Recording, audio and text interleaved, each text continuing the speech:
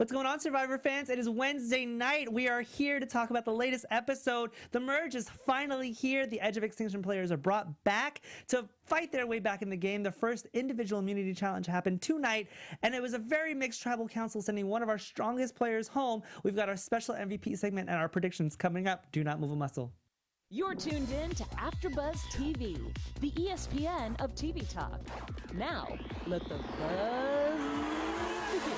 Survivor fans, what's going on, guys? It is Wednesday night. We are here to talk about the best show ever, Survivor. I am here with my good friend, Mike Feeling. What's up, buddy? What's up, everybody? I'm good. I'm always good on Survivor night. I'm glad that you're back from Edge of Extinction Island. Thank you so much. It was rough. Was it rough? Oh, man. Climbing all the way up the hill to get the rice. Ugh. Glad to see you didn't raise the mask. Tough life. I did not raise the mask. Never. Very quickly, before we jump into this episode, because it was action-packed. This episode was a very, very good episode, in my opinion. And before I hear your thoughts on this episode, I kind of want to go back to our 2-hour episode last week, since you did miss it. Yeah. Just brief overall episode. You did lose Wendy from your fantasy draft. Yeah. How did you feel about Aubrey and Wendy going home?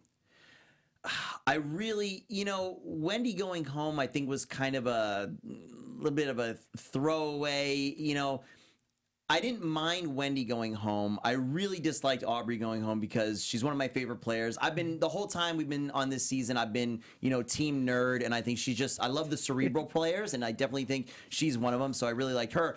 We meant to look it up again, and actually I'm going to pull it up while we're talking right now, but at the end of the day, I could understand the vote for Wendy very simply. She didn't make a lot of friends at all. And who wants to go to rocks for Wendy? Right. Just be honest about it. Of course. And she didn't really, like you said, fight for herself. She was actually very pleasant, just like she was tonight, with the whole, I'm just really happy to be here. Yeah. And I just am excited, and it's an opportunity, and I'm very grateful. I mean, she's very sweet. I mean, there's not one negative thing that I could say about Wendy's character, because she's a very sweet person. Was she the best player for the game? No. I don't want to spend too much time on last episode, because we are here to talk about this episode, episode 6. There's always a twist, and there were a lot of twists tonight. We open right up with this episode with the merge. Now, before we get into that, what were your overall thoughts on this episode? Like I said, loved it.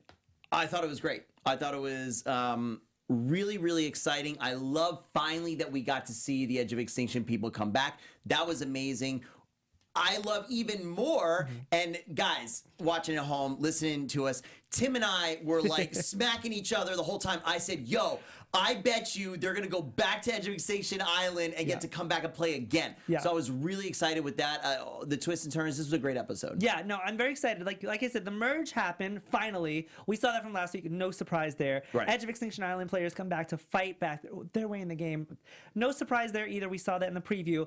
What I was excited about was what the challenge was and who actually was going to fight their way back. Now, quick shout out, because our girl V Squared, Veronica Valencia, is in the chat, and we miss you, lady. Veronica is at Edge of Extinction Island. Don't raise the mask, Veronica. Don't raise it, Veronica. I don't know how you're chatting with us right now on Edge of Extinction Island, but I'm glad that you're here. They allow cell phones. You guys in the chat, give Veronica some love. We miss her. She will be back next week, though. So yes, going back to this, we talk about the advantages that we found out last episode. Right. So Chris won the practice rope. Yep. And the bamboo, and Keith won the knots to give to somebody. He obviously gives it to Chris. Sure. Did you like that decision? Did you thought that decision was smart? For Keith? Yeah. Absolutely, yeah. Chris was the obvious front runner, I thought, in this challenge, and I think it was a really great play. We see, and we come to find out, that neither of those advantages actually meant anything. Yes, agreed. Because everybody essentially, except Keith, was really right there on it. And then Keith finally at the end, but, everybody almost had a shot, pretty much. I completely agree with you. I mean, Chris was in the lead first, and then Aubrey was in the lead. I think the only person who really didn't have a shot was Keith. I mean, he was pretty far back there. Yeah. He finally made it. See, the thing with that challenge, whatever you want to call it, the ropes where you pull the thing up and try to navigate the ball, right? That's on almost every season now. Yeah. If somebody just drops their ball, you can completely come back. Of course. So everybody really had a shot, and just getting through the door and the lock and anything a little bit faster, it actually didn't amount to that much at the end, because a couple people drop while they're learning the thing, and everybody's basically on the same page again. I think that's what I love about most of the Survivor challenges, is that no matter how far back you are, going into the challenge or the final stage of the challenge, you can still be in it. There's lot of not. time. Yeah. So I love that. And this was just one of those cases. Now, Wendy, Chris, and Rick were in the lead. And we see Wendy, and I was actually really surprised. Chris, obviously no surprise there. He had to overcome the knots. He did that. I mean, he's one of those just alpha players. I mean, he's just, you know, that guy that we see every season of Survivor. Joe. Exactly. And Wendy took me by surprise. So did Rick, to be honest with you. And seeing Wendy struggle with her Tourette's while doing this challenge, yet still overcoming it, just gave me such pride for her. And I love, once again, and we talk about it all the time, how Survivor, you know, just acknowledges these challenges and brings light to these issues. And they're not beating it over the head, but it is making us more conscious that people deal with things their entire lives, something that we have really no experience with. But it was beautiful seeing her experience that and still overcoming it. Well, I'm not going to split hairs. Wendy's a terrible player. She's not. Look, she didn't come into Survivor with a hardcore game plan, very strategic. The whole thing with the chickens, we get it, right? But damn it, if I didn't want her to win this challenge so bad. I mean, the poise she had while she was mid-ball, and she was ticking hard in. And the whole point of this challenge is to be able to hold the ropes. And when she's experiencing a spasm or a tick or what have you, that just throws off your coordination completely. I was super impressed. She was this close to it. It was ridiculously close. I think she deserved it. And sorry if I'm jumping ahead a little bit on you, but that's what broke my heart when she pulled the mask up. Agreed. I think what I loved about Wendy in this is that you can see how challenging these challenges are, because Tourette's and their tics are usually brought on by stress. So you can clearly see when she's ticking hard, like you said, it's because she's so stressed out. Yeah. And it's like seeing it, because we all see them struggle, and we all see them, and we can only imagine how hard these challenges are. You're in the elements, like you've got no food in your belly, like there's a lot of things in play here. Right. But to see it physically, and I don't know, it just really tugged at my heartstrings, and I really, really enjoyed watching her. 100%. Yeah, I was completely rooting for her. I want to go off on a tangent real quick based on what you said and based on what Jeff said. When the Edge of Extinction parolees, or whatever we're going to call them, came back in, Jeff assured everybody, air quotes, that they were going through just as much hardship as the people who were playing the game. Yeah. I wholeheartedly disagree, and I don't know how you feel about it. To me, I'm not saying it's an island paradise, but they literally have to do nothing while they're there but lay around, trek up the hill and get some rice and food, and I guess maybe try to forage some more fruit or something like that. They literally just have to survive. They have no stress of competing in challenges, wasting energy doing any of that stuff, having to strategize. They do miss out on strategy, which is important, but they also don't have the stress of potentially being voted off and kind of fighting for their life constantly. And that's why I'm worried, to bust ahead, but now that Joe is voted off, that this is just going to be a big recharge for him. And he's going to come back like a badass, like ready to crack skulls on the challenge. I don't know. I just don't think it's as rough as Jeff is making it out to be. I don't know. I'm going to disagree with you. I feel like when they're on Extinction Island, I feel like boredom really, really sets in, and you and your mind playing tricks on you is your own worst enemy. And we've seen paranoia set in time and time again in this game. And I feel like if you're just on a beach literally doing nothing, and all you have to do, as you said, is hike up a thing for some rice, and you're just laying on the beach, I feel like that's when your mind starts to really play tricks on you. Plus, and you acknowledged it, missing out on this strategic just connecting with players, that's how you win in the end. People have to vote for you. So if you've been gone most of the game and you come back, people are going to be like, I don't really know you, so why would I give you my vote in the end if I don't have a personal connection with you? Don't Tibetan monks like go off and meditate for months at a time and not speak? These people are lying around on a beach, Tim, with a bunch of their friends, frenemies to talk to. Tibetan monks are not competing for $1 million. That's right. Just enlightenment, which is worth a lot more. Just saying. So Wendy drops her ball. Chris drops his ball. Yeah. That opens the gate for Rick. He winds up fighting his way back. Big time underdog. Yeah. I wasn't having Rick win at all. Yeah, completely. So great for him. I was actually excited for him to win. And what I loved about that is after we see him win, we see the aftermath of everybody that was on Edge of Extinction Island had this realization that this is the end. This is really it. Yeah, this is it. And everybody starts crying, even Chris, which kind of broke my heart. And Wendy, because she was so close, and Aubrey, because she's so passionate about the game, and I love it. Yeah. And then Jeff just puts us right back into it, and you've already alluded to it, but they're still in this game. They're in it. But he also tells us that the tribe members who are left in the game, this just resets. So Edge of Extinction is still going on. So people who are voted off from here on out, including Joe, is going right back to Edge of Extinction Island. Right. It's not gone. And we started having some fun theorizing. I'm sure the fans in the chat are going crazy right now. How long does this go on for? Right. Because I envision potentially some epic final battle when it's down to like 3 people left, and there's just, you know, like a 15-person challenge, and one person will make it to the final 4 just by doing. I mean, that they could do something that crazy. I know. That'd be really exciting. It's crazy. I mean, I was excited about Edge of Extinction Island, but now I'm even more excited now that it's still not over. And it's day 17, so they still have what, like 20 more days left. I mean, their jobs must be very, very lenient to them. Yeah. To just let them go off on an island for 39 days. Their jobs have to be extremely lenient for them because, first of all, just getting a job, we know, in this environment is really, really tough. And it's also tough for the employer side because hiring is a real big challenge, Tim. Did you know that? I can imagine. Did you know there is actually a place you can go where hiring is simple, fast, and smart? Where?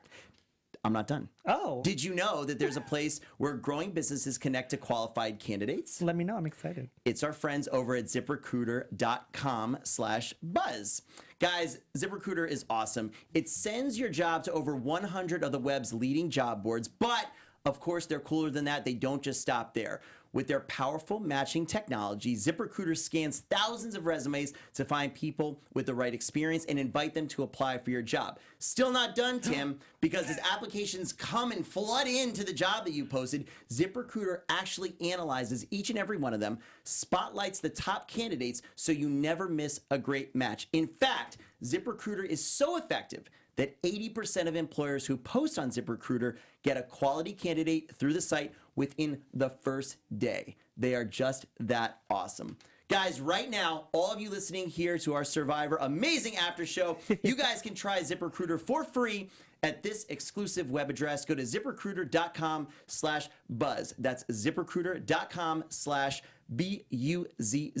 ZipRecruiter.com/buzz. Guys, ZipRecruiter, the smartest way to hire. We love them over there. They are our friends. Go check them out. Thank you, Mike, for that. We also love you all as well. Thank you, everybody in the chat, for watching us. We do this show for you. If you are watching on YouTube, give us a thumbs up. Give us a comment. We love reading your comments. If you are listening on Spotify or iTunes, give us 5 stars, because 5 stars is the only thing that we will settle for.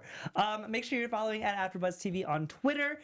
We will give you our Twitter handle so you can tweet at us after the show. But we have this show to get back to. I want to talk about how after the merge, they go back to camp, and now they have obviously the merge feast. And there's one thing that you said right off the bat. Come was on, look guys. For an award, an advantage or something. Advantage, anything. And we didn't see anything We didn't see anything. So it brings up the question, was there nothing there? Or did just nobody find it? Because if nobody found it, then of course there's nothing to show. But I would at least expect somebody in some confessional to be like, I was looking under all the plates, I was looking in the food basket. Like, guys, I would be surprised if there wasn't an advantage or an immunity, hidden immunity idol within that feast. Agreed. And I mean, TV magic. Sure. If there was an advantage, I'm pretty sure somebody would have found it. I mean, I can't imagine that they would plant something and nobody would have found it. I mean, the players here, especially the returning players, are too smart for that. What I loved is that once they get back to camp, conversations start. Kelly wants to go after Rick. She says it's the easy vote. Right. Julie comes out of nowhere, and she has this, I don't know, empathetic kind of view about sending Rick back because he just got back. Whatever into it the was, game. I loved it. I was like, okay, Julie, who hasn't talked like barely the entire show, Etsy shop owner, like get on it. I know. I was excited. I was like, okay, this is why we like the merge, because now we can kind of see other players and their strategic game. And you know, a bunch of these new players have come to play. Yes, I agree. And then we go back really quickly to Edge of Extinction Island, and this is where we see Keith and Wendy raising the mask to leave the game. Now, were you surprised by that? Because I was. I thought once they decided to go back into the game, why wait until you get back to the island to be like, no, I don't want to. Like they said in their interview, their camera interview, it was kind of like buyer's remorse, which I think was a pretty sufficient way of describing it. Yeah, it's a perfect descriptor. But you know, Jeff said, "Who wants another shot?" Everybody's hands shoot up, and then you go back again, guys. This is your dream, right? You know, Reem said, I've been watching this show for 18 years. You know, the other two have been watching for a long time. Why would you give up? If you have any shot, stick with it. Look, at worst, you should be sticking with it to potentially get on a returning season, right? Some like underdogs versus new, something, anything, right? Stick with it. What else are you going to do? I guarantee you, they are not telling the truth if on the reunion they say they don't regret it. You are gonna regret pulling the mask and quitting. I agree. Because you're there already. You're there. You're invested. You're already starving. You've already done 17 days. It's unfathomable to fans. At the same time, Mike, we can sit here in a studio in this comfortably, just air-conditioned studio when we just had dinner, and we could sit here and make all of these judgments, but we don't necessarily know what is going on in these players' heads. We don't necessarily know how defeated they can feel after, especially Wendy, and Keith, if you think about it. Wendy was so close, and realizing even though I was so close and I gave it my 100%, I'm still not back in the game. So why continue? And then we look at Keith, and Keith wasn't even close. So we can look at Keith and he'd be like, why would I even stay in the game? Now, I do hear you about, this is an opportunity of a lifetime. And yes, stick it out, because you never know what these producers can think. You could stick it out for the next 5, 10, however many days you can stick it out and be like, you know what, you're a great underdog player. We should bring you back for another season. It's like, I just feel like now that they've quit, they shouldn't be invited back to do a second season. Absolutely not. Yeah, they definitely should not. And Wendy would be a perfect candidate. We're not going to harp on the Tourette's, but what an amazing thing to overcome. She's doing fantastic. I'm more disappointed in her than Keith because she just got voted off. She hasn't even suffered Extinction Island at all. I mean, to me, it's extremely disappointing. Obviously, I don't care. Like, I don't have any skin in the game at all, right? But why do that to yourself? I mean, I understand what you're saying, but I'll never agree with it. It just doesn't. It doesn't compute it all to me. Yeah, let us know in the chat, guys, how you feel about Keith and Wendy going home, and if you started to feel for Wendy, or if she continued to get on your nerves, let us know. So back at camp, Lauren and Kelly sticking strong. They want to go after Rick. They both have idols, so they're very, very powerful. But Kelly acknowledges that she's still in the minority group, which it always confuses me when we go from 2 tribes to 3 tribes to the merge, because I always get confused at who's on the original tribe and stuff like that. So when she says, "Oh, I'm in the minority and Joe is in the majority," I'm like, of what exactly? And so I always have to go back to my notes and be like, who was on what tribe in the beginning, because I can never keep track. But that was really smart of her to acknowledge that and realize that she was going to be maybe on the chopping block. It's smart. I don't want to bring us back, but our own V Squared here says that she doesn't think Keith and Wendy are quitters. I completely disagree. They quit. They pulled the mask up. They said, they literally are being given another chance. So we're in season 38. Yes. Okay. How many people, after being voted off in 37 seasons, have been given another chance? Not many. Keith has now been given a second chance, and to throw that away and squander it, it's almost...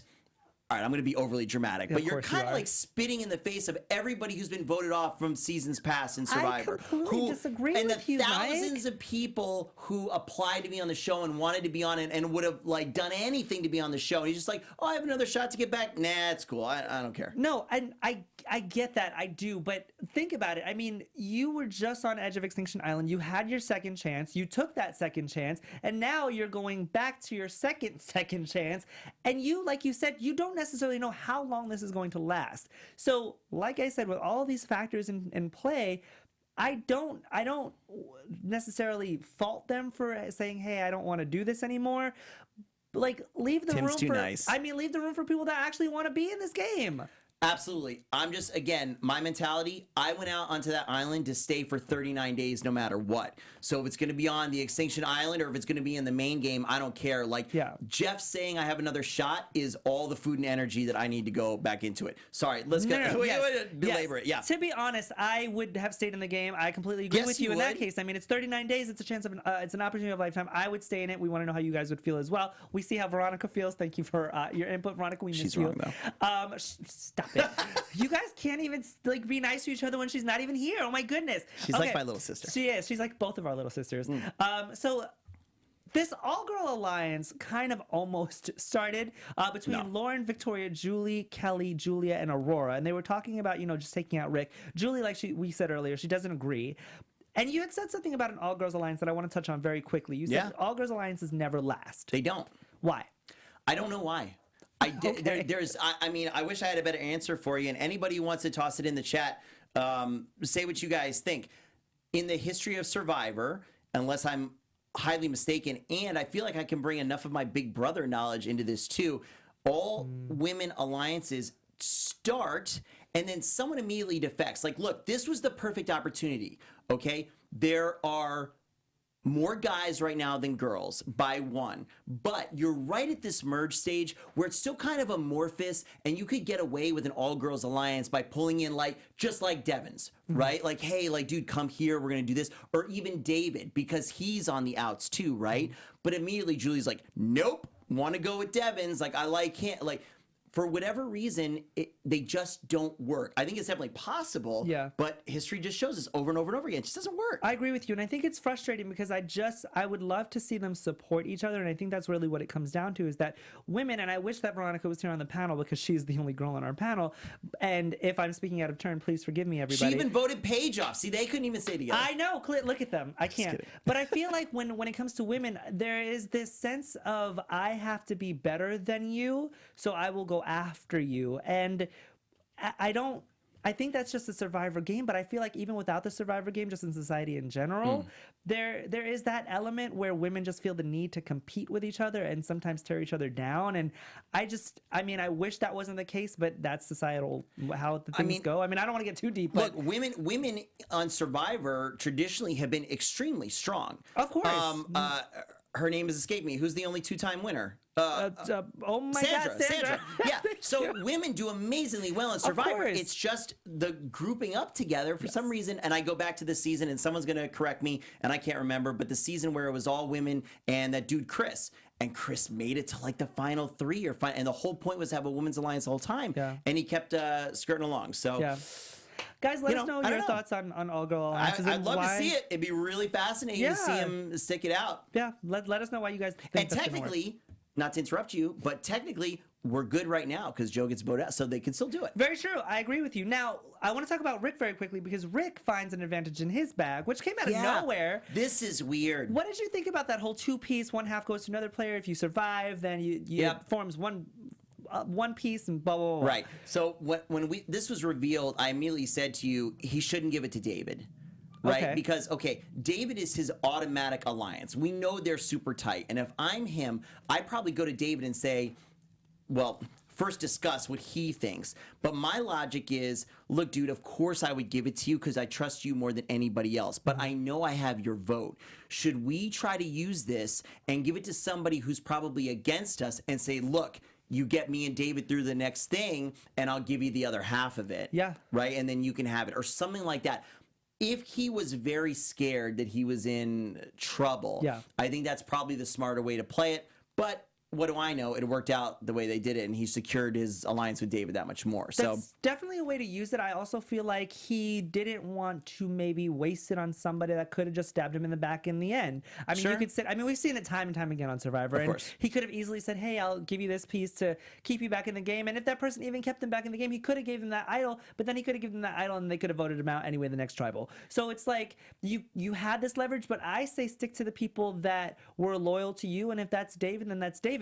I kind of wish that he had waited and maybe explored this whole thing with Julie because Julie kind of wants to keep him in the Forge a game. new alliance. Yeah. Veronica says the two-piece idol is a great way for Rick to try and sway someone to help keep him in the game, as we see that Rick could be an easy vote since he's fresh back in the game. Yeah. Maybe that was with Julie. He had that new thing going on, and hey, like, let's start this right now. I'm tight with David. Who are you tight with? We've got this immunity idol half and half thing. Take our half, and we're forging this right now. Yeah. That would have been a really great way to use it, but he clearly didn't wait until Julie had the conversation with him and he told David about it. I want to get into the first individual immunity challenge, which was a challenge we've seen before. They're standing on a beam. They have to balance the statue. If you drop the statue or if you fall off, you're out. We see that it gets down to Joe, Lauren, and Julie, which surprised me because Julie came out of nowhere. So did Lauren, especially after a whole like, I'm weak and I'm not eating that much and I feel sick all the time. And Joe, obviously, no surprise there. We knew that he was going to be he just is a challenge beast. He just is very good at these challenges.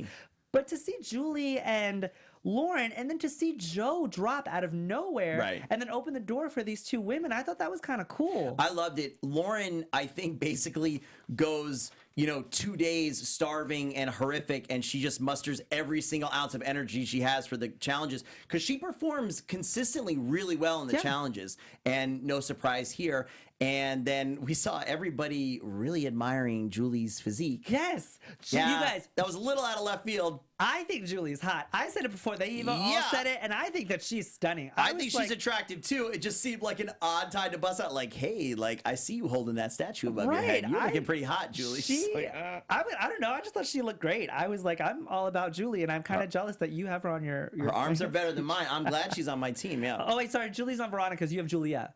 Oh, sorry. Yeah, well, sorry. But Veronica's not here, so Veronica, you get Julie, and Julie's hot, so you get the hot player. The hot girl. There you go. So Julie wins. Congratulations to her. That's great when a female busts out in the first individual immunity challenge, and I'm kind of glad that it wasn't Joe. I did not want Joe to win. I did not. I'm sorry. He wasn't. If Joe had won, the final vote would have been, I think, less interesting because it made it a lot more drama because you had the big fight. I know you're going to get into it. Joe and Kelly, two powerhouses. And with Joe gone, maybe they would have tried to switch it to David or something like that. But it made for really good drama and interesting tribal. Well, that you brought it up, it did come down to like a kind of a Joe versus Kelly thing. And we've seen it from past episodes. These new players, they really want to target the returning players because they feel like they've already had their shot. And Julie is plotting with Victoria to get Kelly out. And Julie is talking to Rick and telling him that she doesn't want to send him home and that he should just vote with them. Which I thought was weird. She was being very vague about it. She's like, we don't want to send you home, but just vote with us and whoever we pick. Right. And I thought that was really weird because then Rick goes back and tells David, like, hey, this is what just happened. Right. I don't know if that was kind of like a factor in on why the final vote was all over the place. I thought it was interesting because that's basically saying we will bring you into our alliance as the lowest people on the totem pole. Yes. That's just what it is. We're not going to actually tell you any of the game plan or anything, but we're not voting for you. So if you're Rick and David, fantastic. Yeah. We'll take anything. Sure. Okay, great. Because then as long as the vote's not them, they get another 3 days to strategize, build some better bonds, especially with Julie, it seems like they're going to going forward. Yeah. And but smart move probably on both sides. I feel like after this challenge, Joe wasn't on anybody's radar. Well, he was on somebody's radar. Obviously, he wasn't on our radar until Ron goes to talk to him. And that's when he's like, actually, I don't trust Joe. And Joe just lost a challenge. So maybe we should vote out Joe now while we have a chance. Did you think that was smart? So that was weird to me. Cardigan Ron asking, it's going to stick. Cardigan vest Ron. Cardigan vest Ron, who wore it again today. He asked Joe, right, what the plan. I think Joe was just being straight up honest. Like, I don't think Joe really knew. And Ron takes that as him being squirrely and not upfront with him, which is a totally reasonable way to interpret it. And that kind of starts the whole cascade. Yeah. So it's again, we see Joe's lack of social game and lack of mental game, which he said he was trying to improve on. But again, it's like kind of his downfall, right? Yeah, it also just goes back to the fact that Survivor is such a sensitive game, and the fact that you can literally give somebody a look and they can misinterpret it into this whole Big thing. time. And you get sent home for it. And Yeah. we might have seen that tonight. I don't want to jump too far ahead. But I do want to get into the first tribal council, which leads us right into it. We see members of a jury. Love it. Right? Yes. Okay, so Reem, Chris, and Aubrey, they get to sit in on all of the tribal councils, which I think is one of the coolest aspects to this whole Edge of Extinction Island thing. We knew that somebody was going to come back, one or if not more. We've already seen that one person comes back. Now we see that it's still reinstated. It's still going on. Right. But to add that other level of, hey, now you get to sit on all the tribals, like, that's really cool for everybody on Edge of Extinction because, like you said, they're bored, so they have nothing else to do. So they get to sit in on all of this. That's even less bored because now they get a whole travel time from Extinction. They're probably going on a boat or something. Yeah. They get to go on a little boat. They get to sit in tribal, and then you get to go on a boat back. So, yeah, it's getting easier on Extinction day by day. But not only is that a cool element, I think the producers realize that it's absolutely necessary because it's such a disadvantage for someone like Reem. Let's say Reem makes it. Let's say there's 2 more Edge of Extinction challenges, right? If Reem makes it all the way to the end and then somehow gets back on, she's not going to have a clue about what's going on in any of the other people's minds. She'll only know it from the perspective of everybody who got voted off. So they need some more insight to be competitive at all. And wow, it adds such a different element to all these initial votes where these are things no one had to think of the whole time previously. Completely agree with you. And we see that once Joe is voted out, and we thought coming into Tribal that it was going to be a Kelly versus Joe vote. And 2 other names get thrown in there, and it really became more of a David versus Joe vote because Rick got 2, Kelly got 2, David got 3, and Joe obviously got 5. He was the majority. He got voted out, which I thought was really interesting because I was like, wow, there are votes just everywhere tonight. Well, we didn't see anybody talk about voting about David, Right. so that was really, really strange. And that was Kelly, Lauren, and War Dog. Obviously, Yes. they're a really, really strong alliance.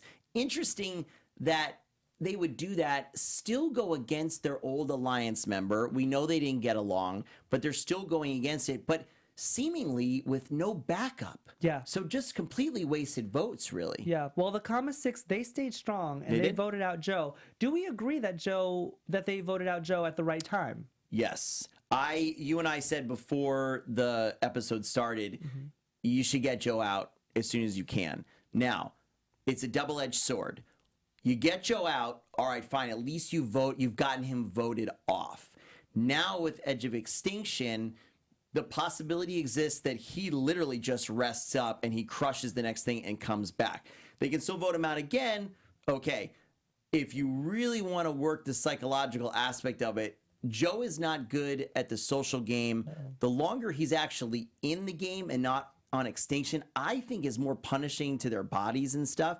And I think you'd be able to get Joe out. As we've seen in past seasons, he was in 10th place and 8th place, I believe. So I think you're going to have a chance to get him out later in the game when he can't get back in, when he finally does lose a challenge. So I'm not sure. Probably smart to take the swing right now. I completely agree with you. I think voting Joe out, once you have a chance to vote Joe out, is the best way to go. We've already seen that he's a challenge beast. If he hadn't have done whatever he did today in the immunity challenge, he probably would have won this one too. So I think that it was a good idea for them to vote out him now.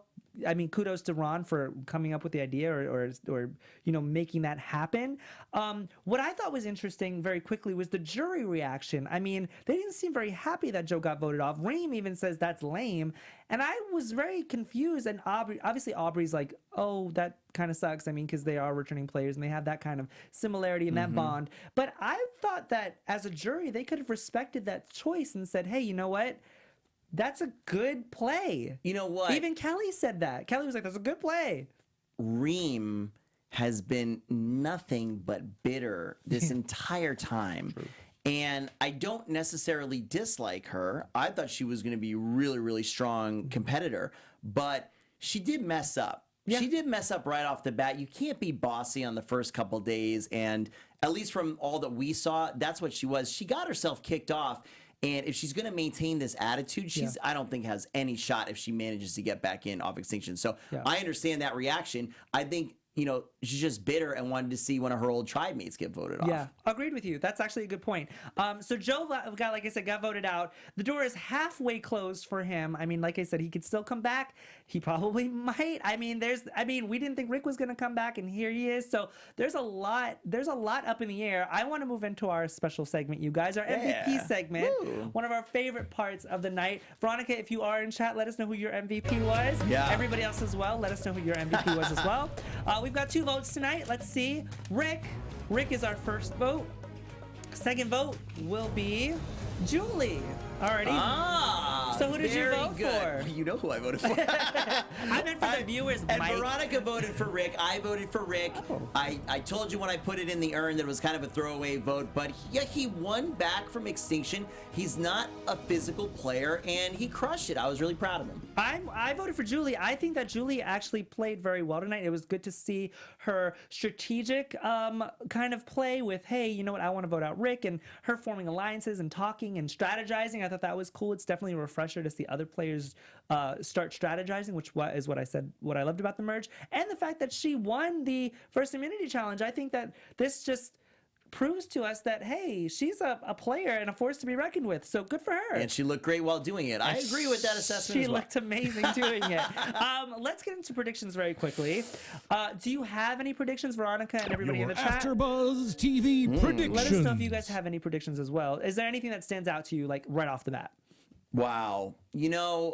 I think we're going to see, and I guess not much of a prediction because we're really seeing that a lot with the recent seasons. I think we're going to see a big reshuffling next episode. I don't think they're going to stay Kama 6 strong, and that's what it's going to be exciting. I agree with you, and I think just like this episode, I think we're going to be starting to focus on more not key players, but players who have been flying under the radar.